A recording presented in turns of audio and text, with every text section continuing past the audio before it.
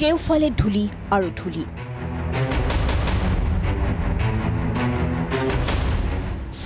মাত্ৰাধিক হাৰত বৃদ্ধি বায়ু প্ৰদূষণ।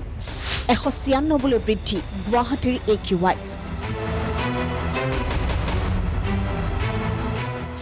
মাস্ক অবিহনে ওলাই যোৱাটো অসম্ভৱ মহানগৰীত। ভয়াৱহ বায়ু প্ৰদূষণৰ কবলত মহানগৰী। আকাশে বতাহে এতিয়া মাথো ধূলি আৰু ধূলি। প্ৰতিটো ৰাজপথ, প্ৰতিটো চুবুৰী এতিয়া ধূলিৰ গ্ৰাসত। ধূলি ধূসৰিত এই মহানগৰীত বাস কৰা বিভিন্নজনৰ হৈছে শ্বাস প্ৰশ্বাসজনিত ৰোগ, মূৰৰ বিষ, মাইগ্ৰেনৰ সমস্যা আদি। বিভিন্ন স্থানত চলি থকা নিৰ্মাণ কাৰ্যৰ বাবেও এতিয়া বৃদ্ধি পাইছে প্ৰদূষণৰ মাত্ৰা। বায়ু আমাৰ যোনটো গুণাগুণ বৰ্তমান সময়ত মডাৰেটৰ পৰা প'ৰ কেটেগৰীৰ মাজত আছে। এইটো স্বাভাৱিকেই, আমাৰ এইটো ড্ৰাই ছিজন, এতিয়া বৰষুণ হোৱা নাই, গতিকে বৰষুণ নহ'লে মানে গুৱাহাটীকে ধৰি গোটেইখন চহৰতে বায়ু প্ৰদূষণটো বৃদ্ধি পায়। আৰু যেতিয়া বৰষুণ পৰিব আৰম্ভ হ'ব তেতিয়া তাৰ গুণাগুণ উন্নত হয়, তাৰমানে আমাৰ AQI-টো কমি আহে। সেইটোৱেই কথা।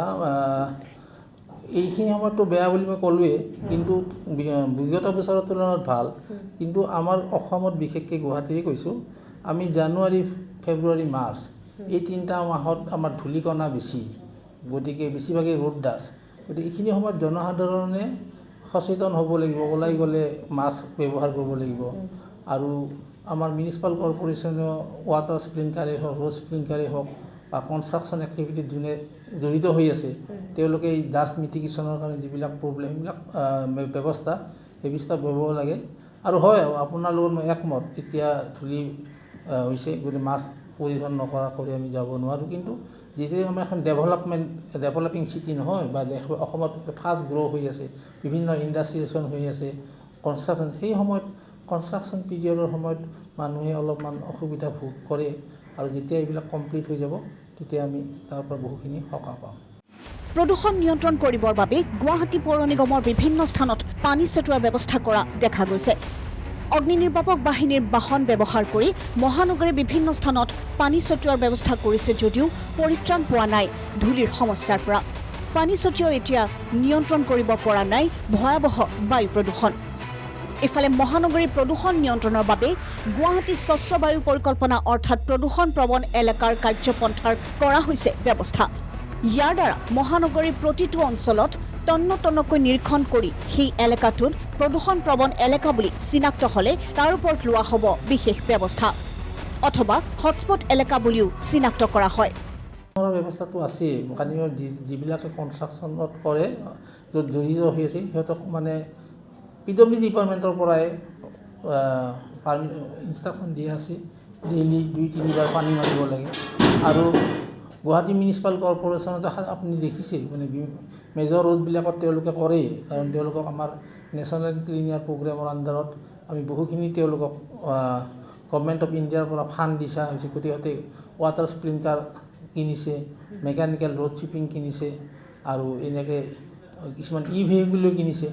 বহুখিনি কাম তেওঁলোকে কৰি আছে, কিন্তু হয় গোটেই চিটিখন সামৰিব পৰা নাই। আকৌ পৰ্যায়ক্ৰমে প্ৰতি বছৰে তেওঁলোকক এনকেপৰ আণ্ডাৰত গ্ৰেণ্ট দি থাকে। অহা বছৰো তেওঁলোকক আৰু এৰাউণ্ড 50 কোটিমান টকা মিনিষ্ট্ৰী অফ এনভাইৰনমেণ্ট ফৰেষ্টৰ পৰা পাব। গতিকে সেই সময়ত তেওঁলোকে কামবিলাক কৰিব আৰু কৰি আছে। আৰু বাকী চবকেইটা ষ্টেক হোল্ডিং ডিপাৰ্টমেণ্টে লাহে লাহে কামবিলাক কৰিব আৰম্ভ কৰিছে আৰু কৰিও আছে।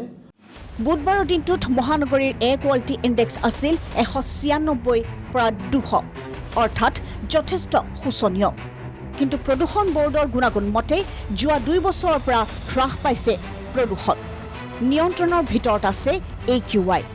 কনষ্ট্ৰাকশ্যনৰ এটা ফেক্টৰে ৰোড ডাষ্ট। আমাৰ এতিয়া আমি কৈছোঁ, আমি যে এটা ফৰেষ্ট ইণ্টাৰনেশ্যনেল অৰ্গেনাইজেশ্যনৰ লগতো আমি কাম কৰিছোঁ। তেওঁলোকে গুৱাহাটী ক্লিন এয়াৰ প্লেন বুলি এখন প্লেনো বনাইছে।